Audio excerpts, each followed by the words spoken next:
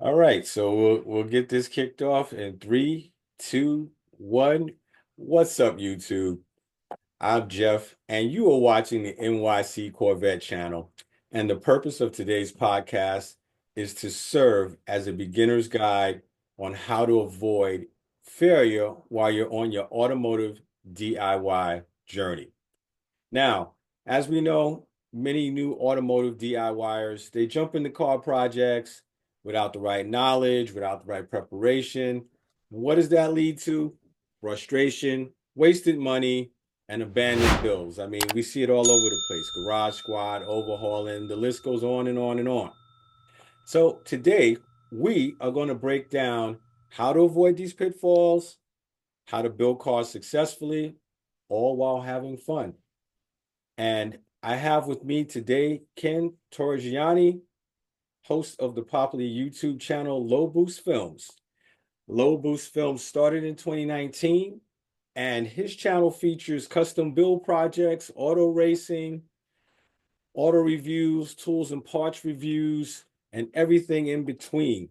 He has over 475 videos, some of them featuring a BMW E36 Turbo LS swap, a C5 yellow C5 Corvette, which is affectionately known as the track weapon, a factory 5 Type 65 Shelby Daytona coupe, Mm-hmm. 1953 Ford F100 pickup, and there are many more, but I want you to go to his site, Low Boost Films, and check him out.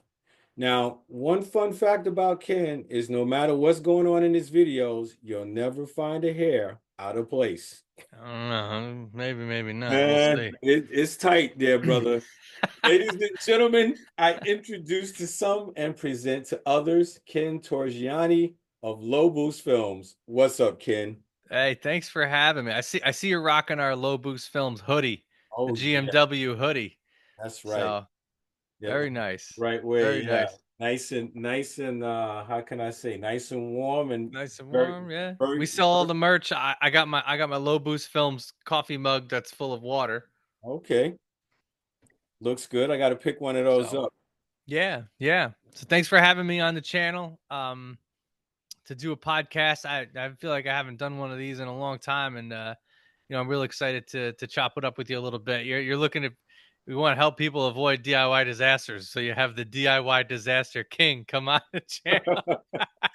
Well, you have a lot of successful bills, so we had to bring somebody on who's had the pains and the gains, and you fit that bill definitely. So we're going to help them hopefully avoid some of the disasters that you have had, and definitely some that I have had. So let's get it started. The Yeah. DIY journey. How did it all start? How did you get into DIY car projects, and how did that passion grow into Low Boost Films? Well, it all started. I'll go back to 2007, 2008. A bunch of friends of mine from Utica, New York, that have a group now that's called New Age Hot Rods. They were the first ones really to LS swap an E36 M3, Ooh. and they LS6 swapped it and with a supercharger. And when I first saw that car when I went on a cruise out to Utica, I was like, I want to do that one day. And I asked them how much it would cost to have it swapped, and then they told me, and I was like, I guess I'm going to be the one doing it. Because it's quite a process, and then after doing the swap myself, I understand why people ask a lot of money to do these swaps because it's a lot of hours. Um, but I initially was starting to educate myself and to do a lot of research, which is one of the biggest things you can do to avoid a DIY disaster is to make sure you do your research. And what I found when I was doing the research was I was finding all the information I wanted in like 10 different places. So I was like, how about start up a YouTube channel and document my journey for my E36 Turbo LS swap. That way, if someone else wants to do this like me, they could get all the information in one place as opposed to trying to scour the web for 45 different places to look for the information. And that's kind of how it started. I already had another car that I did some stuff on there with my M235, and then I started to gain some traction to the point where I actually didn't even know I was like running out of content on the E36 at one point, and I just started working on other cars and starting to do reviews, and it's really kind of blossomed into something that I wasn't really expecting. It's still not big and a big channel in my regard. We have 15,000 subscribers, but it's still, it's kind of like a part-time job for me now, where I'm cranking out a video every week. I've been doing that now for 5 years, 6 years. Jeez. Wow. So, I mean, you put in the work, you're showing up every week and very consistently. And I want to say on behalf of the viewers, is one of those, you said 13,000 and change? 15, but yeah, 15. I'm it's not, sorry. that's Let me not close. It's reduce it. okay. 15,000 plus. Thank you. Now, was the E36 your first project? Was that your first DIY project, or which car was your first project, and how did that go?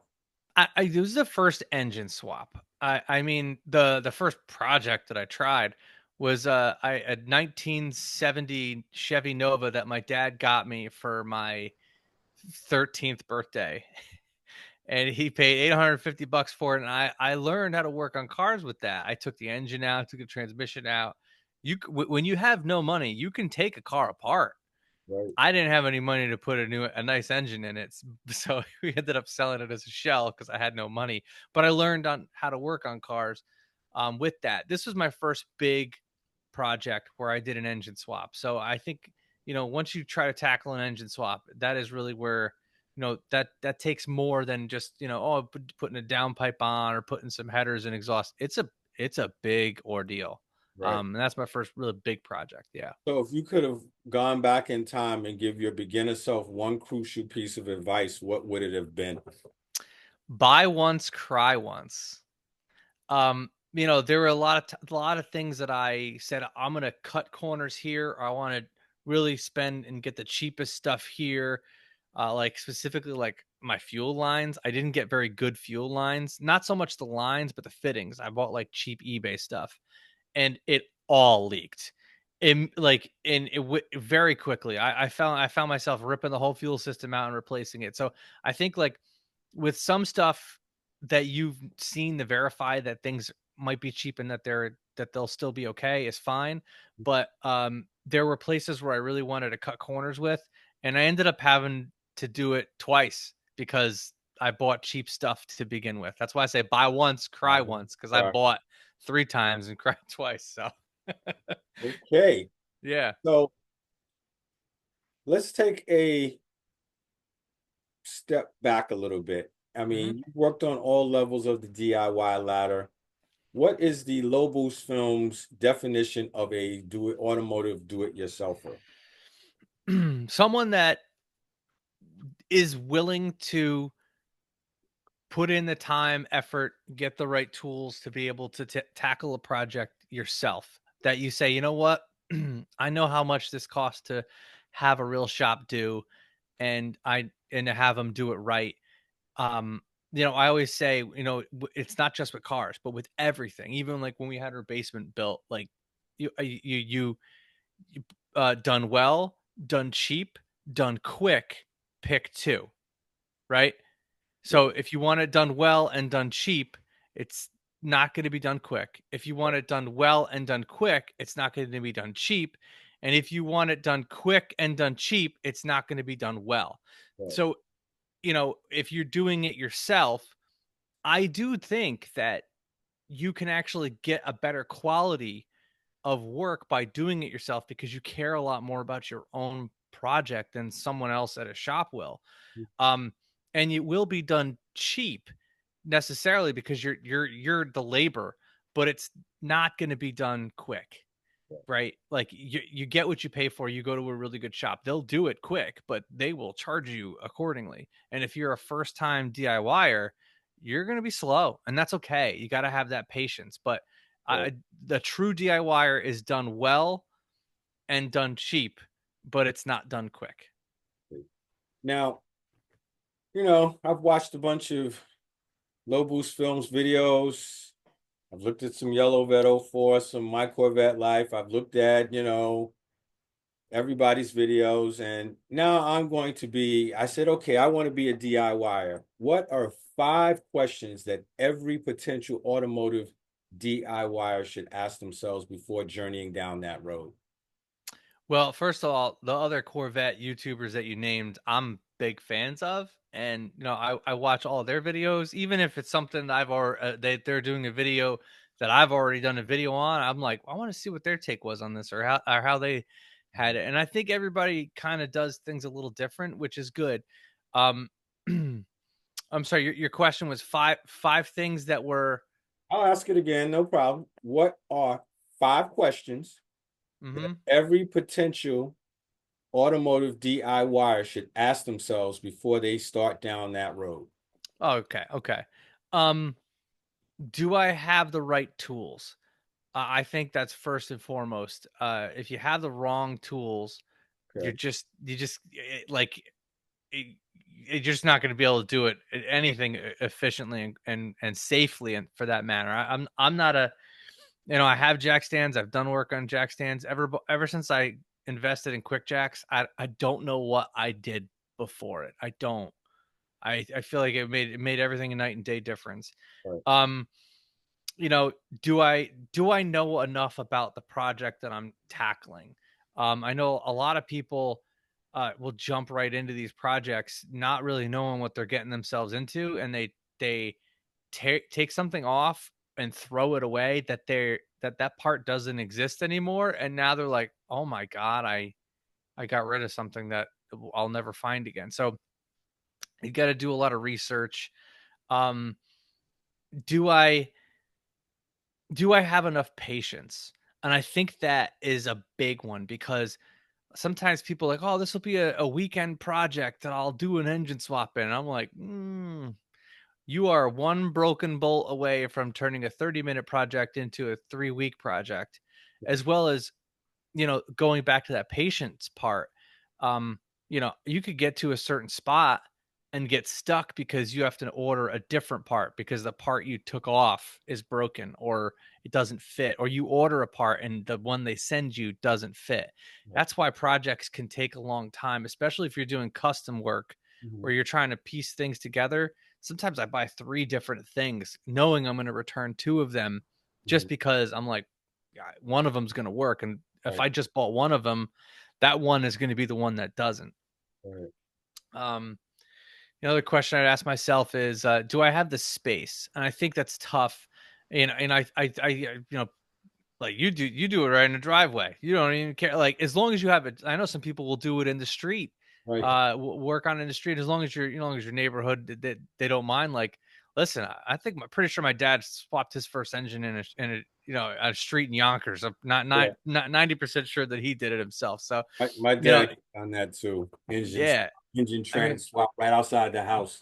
that's what it was. But I do think if you have at least a one car garage, you're not caught in the elements. Right. And that can make it take a toll with it. And I think the last one is, do I have alternative transportation?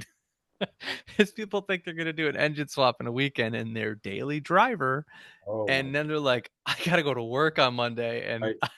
Get the bus I don't pass have an ready. engine in the car. So Get the bus those are the pass. five. Get the Those bus are the pass. five. Get the bus pass ready. Yeah, right. Yeah, I was fortunate that a lot of the work that I did on the C5 was done at my dad's in his yard. He has a nice yard, and I could leave the car there with the wheels off up on my makeshift quick jacks. That'll be a video on that soon. Oh, Uh, I'll be interested to see that. yeah, so yeah, it's right up your alley. Low buck quick jacks. Mm. It's gonna be good. I've seen people Yeah, do it with the 2x4s. It can be done, and I think that's a lot better than doing it on jack stands for sure. definitely better than doing it on jack stands. So yeah, so I was fortunate, but when I had a problem with my Nissan and I blew the tire out, the car wasn't moving, so I had to work on it in the street. Yeah. Yeah, I was forced. So Uh, well, we're moving right along. Um, 3 biggest rookie mistakes, new automotive. Well, you did say some earlier that automotive DIY throwing parts away, and Yep. I think you said misestimating time. But I'm sure there's 3 big ones that you see them. Yeah. I think the biggest, and it probably trumps whatever else I'll say after this, is a lot of times, especially when they're doing a project, people will tear an entire car apart to the frame, like everything, the interior, everything, tear the whole thing apart. And, you know, these projects got to come in stages. If you do that, that that is it's 5 years. It's not you're not gonna that car's not gonna move for 5 years. If you're doing an engine swap, don't gut the interior. Right. Focus on that.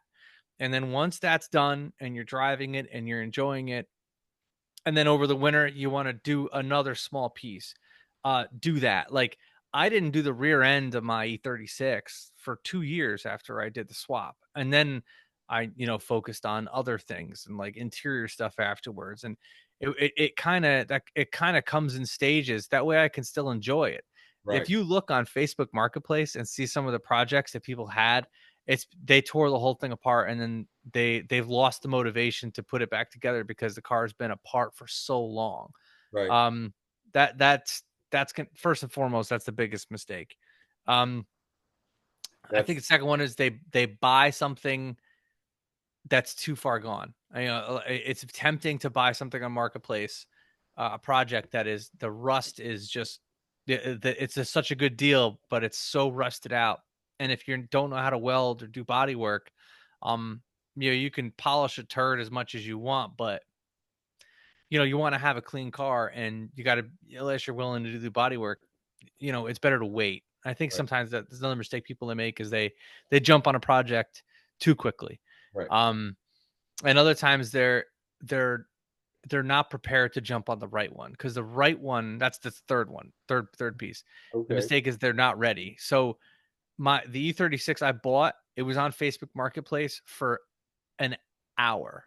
It was a no rust manual OBD1 E36. It popped up on Marketplace, and I had my cousin go look at it like that day, and was like, "Listen, I'll wire you with whatever he needs for a deposit, and I'll go as soon as possible." So I was ready.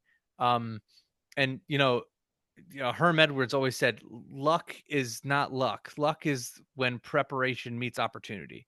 Um, and that's what it was. I was prepared to move on something uh quickly, but I wasn't going to jump on the first thing that I saw.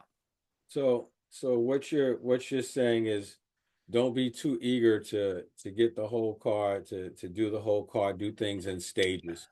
Do it in And stages, do it in yeah. stages. This way you have some success. I mean, I know what you mean, because when I would do something, I would fix something and then I'd make sure the car starts again. I would fix the next thing, make sure the car starts again. So that way, if it didn't start, I knew what thing I did didn't, it's not making it start. Yeah, and that's a whole mess of other problems, right? Like, you're opening up a can of worms at that point. You're. Do five things and you don't know which of the five, Yeah. not Yeah. didn't make it start. So then you said not having the proper skills. And that was something that was interesting, because you have a video on your channel where you and your dad fixed the pickup truck. Mhm. Speaking of Russ, that Oh was yeah. impressive. That was impressive. I mean, I wouldn't have touched that truck because I don't have the welding skills, or the time, or the space, And that's one thing I wanted to learn. I went to the automotive school to see if I could just take a welding class. And you want to go through what you had with that truck. I mean, it looked ragged. Yeah, and they do have welding classes, although I did not take one. I just kind of learned by boogering stuff together. I have a motto that a grinder and paint makes me the welder I ain't. And we definitely live by that. Now, Right, this truck, he wanted a plow truck and he wanted a 2500, and he happened to come. He was originally looking at putting a plow on his existing pickup truck, but it was like right. 10 grand just for the plow. And Ooh, he found this on Facebook Marketplace for 9,000, and it had a even better plow than the one he was looking at. right, But you know, and it had only had 75,000 miles on it. It was a work truck for a maintenance company, and the frame was in good shape, but the floor pans and all the rockers were gone. It was awful. And it's one thing to be a welder, to learn, but welding a frame like that is structural, right, I don't trust myself with. So I don't know if I would tackle a frame that's shot. I mean, right, I did a little bit of it with the Mustang, but it wasn't major structural stuff. right. um but the frame on this truck was great. but the rockers and the floor pans were not. And thankfully, actually, like they make you can just buy rockers and floor pans for it so that you don't have to bend the metal yourself. Right. You do have to cut out the cancer of all the rust Hmm. and then cut the panel to fit and then weld it in, and then you're talking about body work. But part of the reason why we wanted to do it was, doing body work on my Corvette or on another car, if I screw it up, it's never going to look great. But with a Right. work truck, you kind of don't really care. It's like, that's a plow truck. Right. It can't look any worse than it did. Yeah, So, got nothing to lose. that I You know, definitely learned how to do body work and welding on that in that regard. So, right. I mean, you did an excellent job. I mean, I did comment on it. It looks good. So I'll get that link and I'll put it down in the description of this video because it's great work that everybody should see. I think there was something else that you had done that that I had liked, but I can't remember it right now. So we'll just move forward. So that brings us to that brings us to research. I mean, part of what you were talking about is really goes into research and preparation when you go to start a repair, a modification, or a build. So yeah, what's your process for, how important is it and what's your process? for a like doing a build. A build, a repair, a mod. I mean, because as a DIY person, you're gonna get into all three of those levels. Sometimes you'll be building, sometimes you'll be repairing, sometimes you'll be modding, Yeah. sometimes all three at one time. I think going back to the right having the right tools, Hmm. and that kind of really can make or break on whether you decide to do a project. So like there are some projects that you want to tackle where the tool itself costs almost as much as paying someone to do it.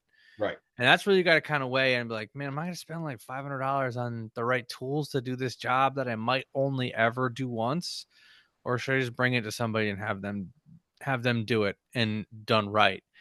I think you got to weigh it in with that. But I think as I've gone on it, the more tools I end up buying, the likelihood I need them again seems to be a lot higher nowadays because I'm tackling more projects. So, you kind of got to weigh that in there too. I know that I think that goes into it.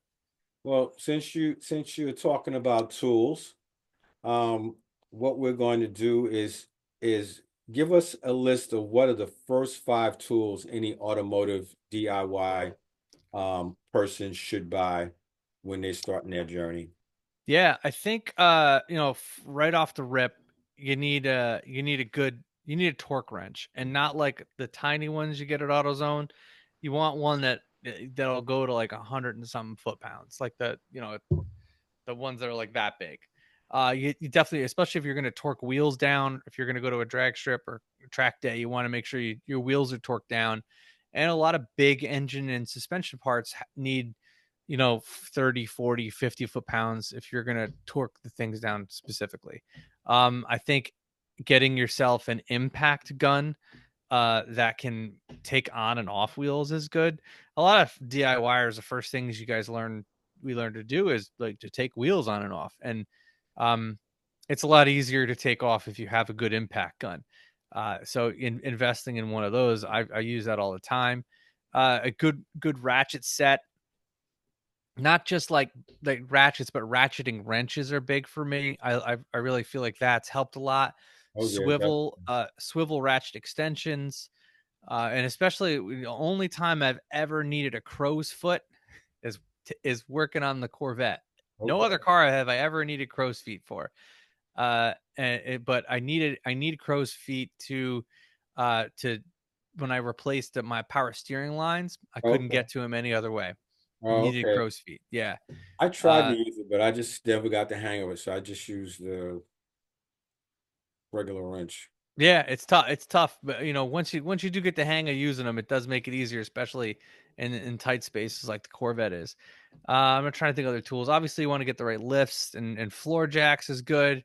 And I honestly I got one of those Harbor Freight like cameras where I look Right. into tight spaces. Oh yeah, I I have feel one. like I use that more often than ever nowadays. Right. So So how do you decide when, like, a Harbor Freight tool or a tool of a lower quality is good enough versus say a Milwaukee or a more higher level rigid tool? How do you decide when one is good enough? I mean, I have a lot of Harbor Freight tools. I'm not gonna lie. Shameless plug. If you guys want to sponsor me for something, we could do that. But I do have a lot of Harbor Freight tools, and they sell decent quality stuff. You can get the Right, cheapest tool they sell, right. and you get what you pay for. But you can get a couple clicks higher, and it's pretty good quality. I will say my Milwaukee ratchet wrench uh is pretty small. It's like compact and it still packs a decent punch. And that, was worth $100 or whatever it cost me to get. But for most of my power tools, I am a Ryobi guy. Right. I have a lot of Ryobi stuff. Team green. Not just because like it's at Home Depot and they have a lot of different things you can use Ryobi batteries for. Right, Hell, I got a Ryobi battery on my kid's Power Wheels right now. Like right, it's right, awesome. Like you can get a Ryobi for nearly anything these days. So they're just pretty versatile. right. Yeah, I use Ryobi tools to put my house together after Sandy, so Oh geez. I just kept going with Ryobi, but I do have some Milwaukee, and I bought a nice rigid impact gun when I had to do the lower control arms of the Nissan. So I saw I that you're get on TikTok now. Follow you there on TikTok. Check out Ryobi Freaks. Okay, it's a Ryobi freaks. TikTok account. Okay. All he does is Ryobi stuff, Okay. and like if there's a Ryobi tool, he's got it, and he reviews I'll it and shows it. check it It's out. Ryobi Freaks. Check him out. Ryobi freaks. I will check him out. Yeah. Yeah. So, what tool do you think most people overlook and that it makes a tool that makes a huge difference on working on cars? So you got me down this tool rabbit hole now. So Yeah. we're gonna ride this right now. Honestly, and this is a recency bias thing, but I have a DeWalt 90-degree drill bit extension. So it's not a Ryobi, right? It's a DeWalt, but Right. it can go in my drill, and at the top it has a 90-degree, so if you have to drill something that you can't get the whole drill into, Right. I could get it into tight spaces. Either you can use it for getting bolts on and off because you can actually hook it up to a ratchet too if you wanted to do that. Mhm. I'm finding myself using it a lot on my Factory 5 Type 65 coupe because I'm drilling a lot of pilot holes for all the rivets that I'm doing. But my 90 degree has been pretty useful for me recently. So So do you say that would be a game changer for you? Do you think that that was either a tool, a tool that was a game changer for you? yeah, that and I will say I have a Harbor Freight ratchet that the head kind of goes at a little bit of an angle. Right. Man, having that, I try to use that as often as I can because he can squeak into some tight spaces you normally couldn't. So Okay. Now, what's the one tool or resource you wish you had discovered earlier in your automotive DIY journey? another YouTuber, which I didn't really discover him until I was about halfway through my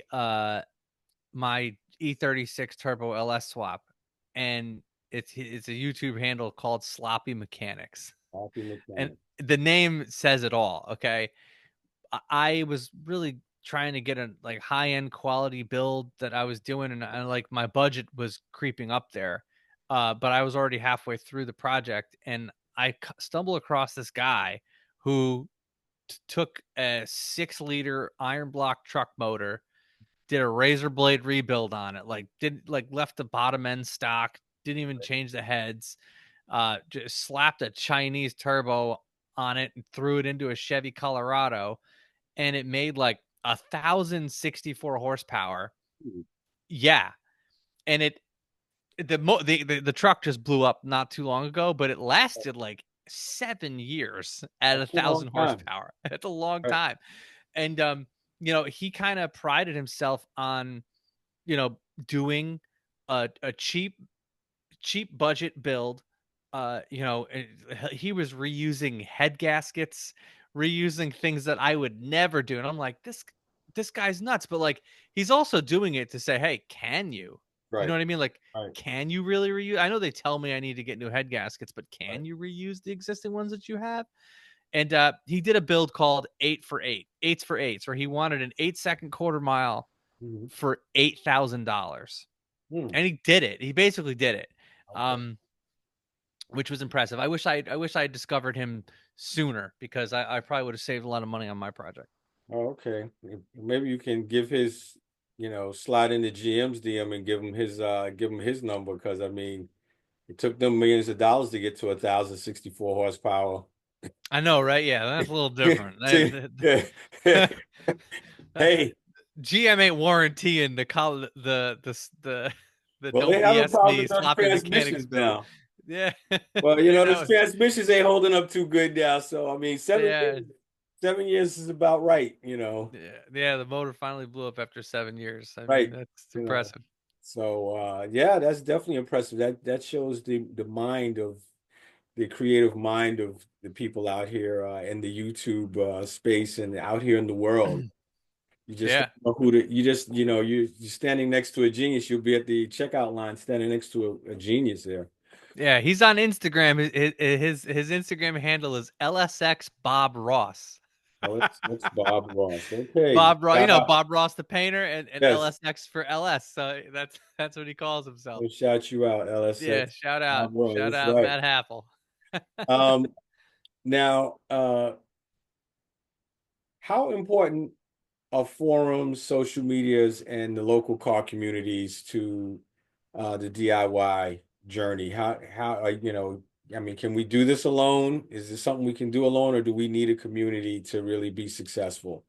You could do it alone. There's nothing saying you can't. But any project or platform of a car that you're looking to work on, if it has a good community, you are way ahead of the game, because odds are, if there's a Facebook group or a forum that you could go on, you don't even need, a lot of times you don't even need to ask the question. It's already been asked 100 times, and you can search for it and be like, oh my God, like, sometimes, like, there's the Corvette forum is a big one, right? Corvette Right. forum is huge. And I'll go in there and see something that I was looking for that was answered like 8 years ago by Mhm. some random guy. And I kind of want to like send him a message like, hey man, it's been 10 years, but thanks for posting that, Right. a decade ago, because it helped me today. Um, Facebook has really taken over for forums. There's a lot of great resources on the forums on Facebook. Like, there's a totally specific Facebook group called Corvette Track Enthusiasts, and it's just people that track their Corvettes. Mhm. And it's tons of information, tons of great people that are all like-minded in that regard. But same thing like with me with my Factory 5. There's a Facebook forum Mhm. that has a lot of Factory 5 people, but there's also a Factory 5 forum. So Oh, if there's a place uh that pools everybody's kind of knowledge together, like a hive mind, like a forum or a Facebook group, if the car or project you're looking at has something like that, you're you're already ahead of the game. You don't need to be the pioneer, venturing out to do the project all on your own. Someone else has done it for you, pave the way. okay. So we're going to ask our listeners and our viewers, has anyone out there, tell us what your favorite tools are and how did they were they game changers for you? So put that down in the comments. What tools in your automotive endeavors were game changers for you? We'd love to hear that. Now, we're going to go to what everybody wants to talk about is the project car itself. Now, what are three great project cars for a DIY beginner and why? Three good project cars for a Three good, beginner. three good project cars for a beginner. Yes, a I'm beginner gonna or anyone. I mean, No, no, hey, you I know, already know, and I know you have a C5 Corvette, and I have a C5 Corvette. well, That is not the project car for a no, beginner. I'm not for a sorry. beginner. Sorry. Yes, I'm that's right. sorry, and I'm not saying it to because I was just throwing every F-bomb in the world at my Corvette yesterday because I couldn't get the engine back in it, and I Right, got to lower the subframe, and it's a whole mess. right, I'm very upset with my car right now. right. But honestly, the new Edge Mustang. Okay. And I have one of those too. So I have personal experience with this, okay? They're cheap. There's tons of parts. They made the same parts from 79 to 2004. Like Okay. all those parts are interchangeable. Um they're really really easy to work on. Like So, like when you, there's tons of space. right, There's a lot of great there's forums for them. There's a lot of websites and companies that make specific parts that are replacement parts you can't that sometimes you can't even get anymore. A right, lot of the stuff you can get on Rock Auto. Like if you're first starting out getting a sports car that you want to have an ability to work on, man, it's they're not fast. It's not a fast car, but right. you can coyote swap them and they will be. So, yeah, New Edge Mustang for sure. Any others?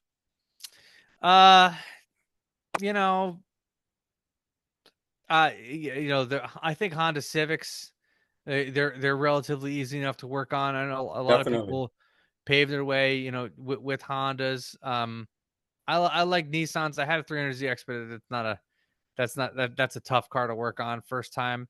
I know some people like 240s. Those are 40s, they pretty say easy are to work good. on. Easy to work on. That's right. They're Yep. hard to find though because everybody's made them, LS swapped them or made them into these drift cars, Oh and yeah, they're so hard to expensive, and find clean ones.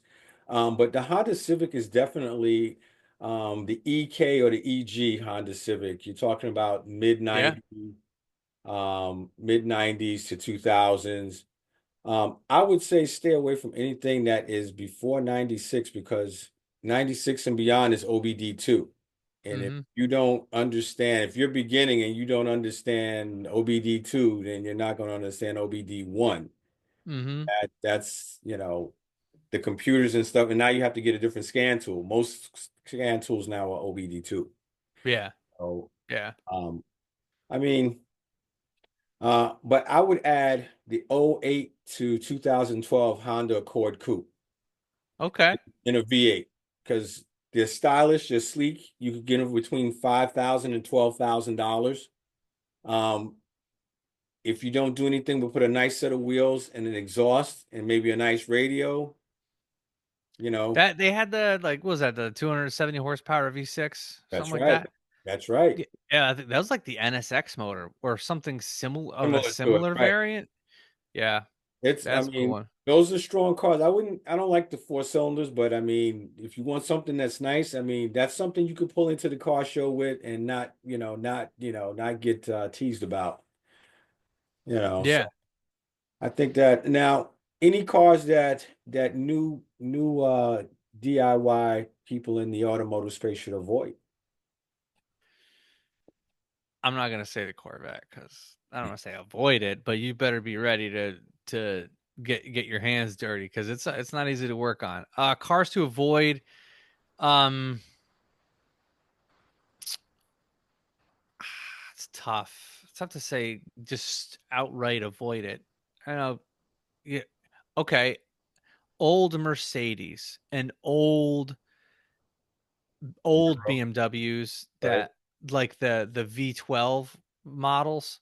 Like right, if you, the old Mercedes S600, like it's a nice car and you can get them like pretty cheap now in relation because they probably have $15,000 worth of deferred maintenance that needed to be done on them, and now you're picking up a car for 5 grand that needs 15 grand worth of work. I think right. that's a tough ask, and a lot of that work can't isn't a DIY. You'll start it and be like, oh my god, I need special Mercedes computer to do all this. That can be tough. So that I'd say old Range Rovers, um, a lot of electrical problems with them. Uh, Any you old know, Italian car. any old Italian car. I mean, I love Ferrari and I want one so bad, but when my wife finally tells me that I could buy one and she won't divorce me, I'll probably end up getting a GT3 911. So Okay. I like the Dracar myself. My neighbor Mm. across the street just got a Carrera 4S. The 20, car? yes, 911. What? Yes. Wow. That's But that's nice. his he's turned 70. That was his birthday present to himself. Okay. Oh, All kids are right. grown, house is paid for.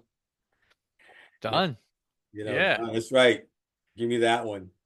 We're Okay, here for a good time, not a long time, Jeff. right. Well, I'm going to call out a Corvette. Don't get a C4. You're new, do not get a C4. I mean, you open the hood of a C4 and there's more tubing and wires and stuff more than a space shuttle. Oh boy. I gotta call the Corvette out. I mean, yes, I'm a C5 guy and I love the later iterations, but C4s I out had a the C4. park. Okay. It was a nightmare. I had the worst C4 you could get. I was just graduated high school. I took all my graduation money, didn't buy books or a computer or anything, and I bought a 1984 C4 Corvette, which was the Crossfire Oh, you mean engine. the ceasefire? The ceasefire, the Crossfire hazard, it was awful. Thing was just, the gas gauge stopped working, the whole digital dash stopped working. I just was guessing on when I was running out of gas, and I couldn't figure out a way to fix any of that. It wouldn't go into overdrive, so I'd be in fourth gear on the highway at 55 miles an hour at like 3,000 RPM, 3,500 RPM. It wouldn't go into overdrive. Right. Um, yeah, that was tough. I mean, I wanted a Corvette though, so I guess We're that was gonna how do I got. y'all a favor because there's a big movement out here. Oh well, C4s are really inexpensive. Maybe we'll get a C4 instead of a C5. And like, no, don't do that. 80s technology, 80s GM technology, OBD1, and just a nightmare and wires and tubes, and we're helping you guys out. Now, let's talk about time management. Mm-hmm. You have a full-time job, a young family, a YouTube channel, and all these projects. How do you find time to work on cars? It's usually like now because it's after my kids go to bed, and I'm in the garage from 9 to midnight. Hmm. Generally, and if I'm at my dad's shop, usually I go there Friday nights and work on cars Right. or try to sneak out and do other stuff. Uh, I don't have a ton of free time.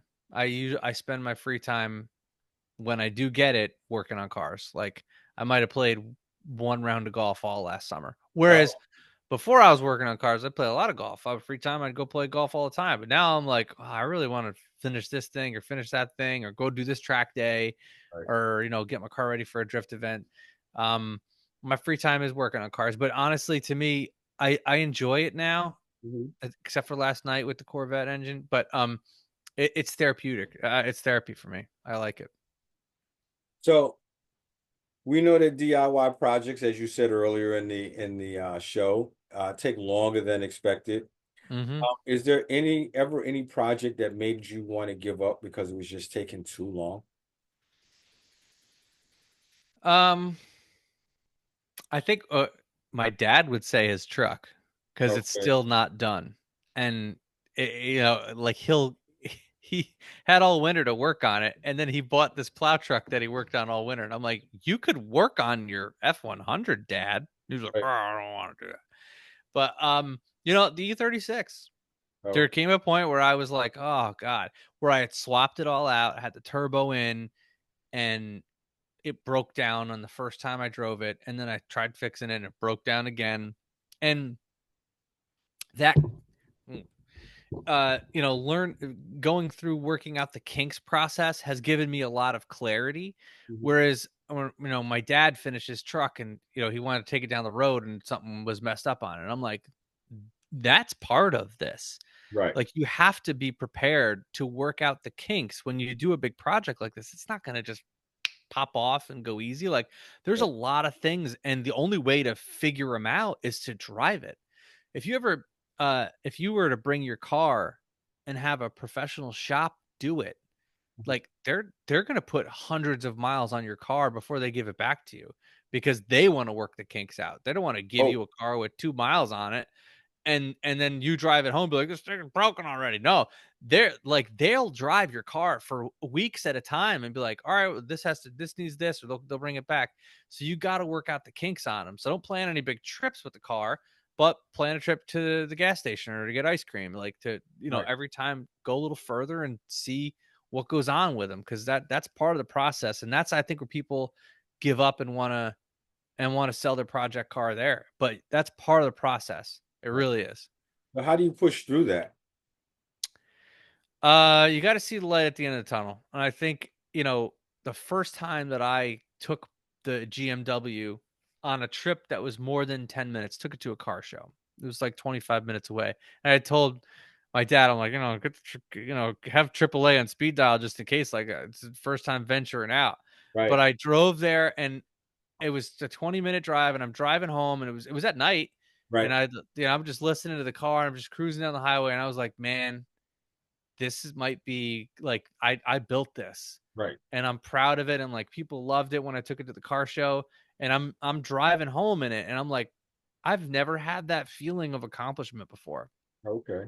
And if you can do a big project like that, where the car, you take a perfectly driving car into a garage and make sure that it doesn't run anymore, and then you make it run again.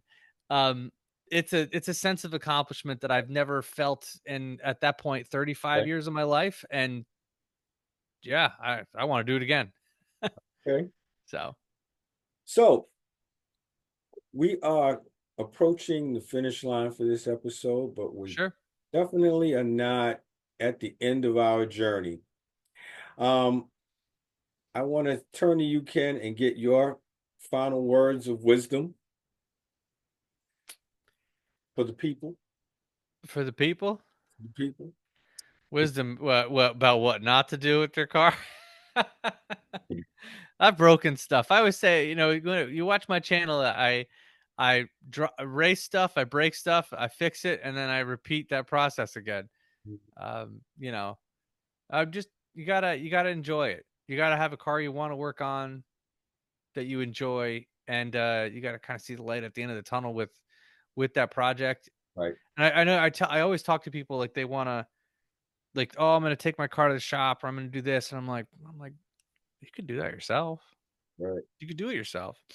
And you're like, oh, I can't. And I think there's that fear, and maybe the first time that you want to try to work on a car, maybe find a buddy that does, and be like, hey, let me know when you're in the garage turning wrenches. I'd love to come and, like, watch and maybe help, so you kind of show me that it's not impossible.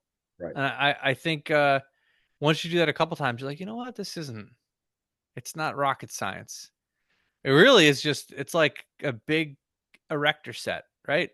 It Yeah. just, it's I view uh the mechanical side of stuff not as artwork, but more as a science, right? It's scientific. Body work, on the other hand, I do think is an art form. Right. Like, that is something you get better at the more that you do it, and you learn how to smooth out a car and paint and sand. Like that, it to me is an art. But taking an engine apart is more of a science, if that makes sense. Right.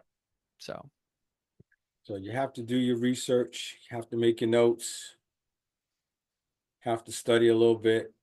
yeah, watch a lot of YouTube videos, and honestly, like, I can't tell you how many times I'm on YouTube looking at something that someone else did, while I'm working on my own car. I mean, I do it all the time. And, then of course, will I make a video on it? Yeah. And then maybe I can improve on what I watched, Right. and Right. make that a little bit better for my viewership. But, don't be scared to search, you know, even the best doctors in the world use Google. So, Definitely. yeah. Definitely. Definitely. So where can the viewers and the listeners find you, Ken?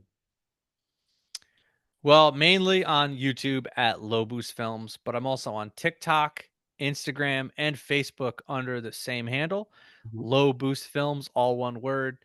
You can find me there. Um, like I said, I try to put out a video every week on YouTube. Most of the time right now it's whatever I'm working on. And I haven't had the chance to do any full feature videos in a couple of months, but it's just generally whatever I'm working on at the time will be chopped up, edited into 8 to 10 minute format on the channel, so you can see whatever projects I have. And currently, the main projects that we're working on is my Shelby Daytona Coupe from Factory 5. That's a kit car that I'm building. That has a 6-liter LS that's going in it with a supercharger.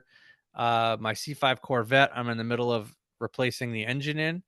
And the other car that I have work that I'll be doing on soon is my New Edge Mustang GT that I'm turning into a drift car. I'll be putting an angle kit on it. I just got some Terminator Cobra brakes that I'm going to put on. It'll be a nice little upgrade. And I will track that this year again. Okay. Hopefully with a transmission that has third gear, because right now it doesn't have third gear in it. Okay. So hopefully I'll get out on track with that. I'm definitely drifting it no matter what. Right. So that's what we're working on this year. And then hopefully finishing my dad's truck, getting that driving. And in the future, I kind of want a JDM car. I haven't done a JDM car on the channel. I want something JDM. I haven't figured out what it is yet, but once, I'll send the Nissan up to you. hey, hey. I'll send them. I'll send Mad Max up to you.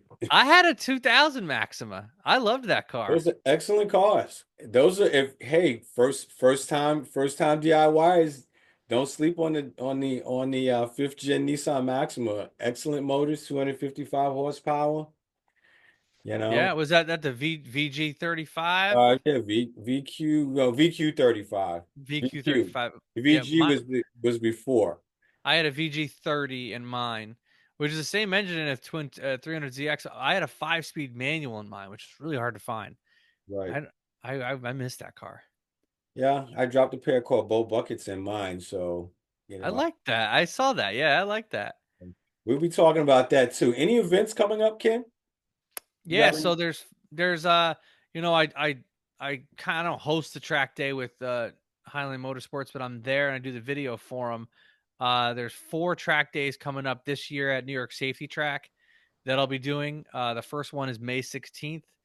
And and also once a month there's usually a drift event at Lebanon Valley Speedway that I try to go to once a month as well. So if you go to any of those events, you'll probably find me there. There's always cars and coffees up in the Saratoga area and the Albany area that I try to go to. I don't personally host any events or track days just because I think I think it's all pretty well covered up here, but I try to make a presence at all of them, that's for sure. So Okay. So, anything else you'd like to share before we wrap it up? I just want to commend you for going down the journey yourself of starting up a YouTube channel. I know it could be daunting, Yes. and I know for a long time you had a lot of content ready to go, and I think you've approached this better than anybody I've ever seen, and I wish you all the success with the YouTube channel. But more importantly, I hope that you have fun and you get enjoyment out of helping other people, even if it's just one person. Like your content that you're starting to put out now is clear, concise, informative, and I hope that the algorithm pushes your stuff up to the top, because anybody that's searching for the a video that you're putting out or that could benefit from it really could. And I wish you all the best with it. Well, thank you for those kind words. I want to thank you for coming on tonight and being with us here. Thank you for your masterful insight. Thank you for the great stories and sharing with the community, and again, doing this great community service. And we look forward to doing future episodes. I remember when I first met you, I said I want to do an episode about track days. So I haven't forgotten about that. Maybe we'll get our boy from Germany and we'll get a three-way call going, because you guys have a lot of track experience and we have a lot of people that you know, want to do track days or build track weapons like you have and like he has. He's done Nuremberg Ring, you've done the safety track, and you've done some other things. So experience I don't have, but I think the community would benefit from you and him, and definitely your experiences. So put that in the comments. Do you want to see Ken come back for talk about track days and how to prepare for the track? We like to see that. Also, Yeah, I'd love to do that. I'd love you have me back whenever you want. hey, Have me well, back whenever you want. the questions, you know me, I'm a question generator, so it's already on its way. And you, the audience, tell us what your most challenging automotive DIY issue is. We'd love to hear that from you. We'd love to help you with that. I want to thank you, YouTube community and podcast community, for listening and watching. For more great content like this, check me out at NYC Corvette. Check Ken out at Low Boost Films. I'm Jeff. He's Ken. And we will see you. Oh, the channel is NYC Corvette, and we'll see you running the streets.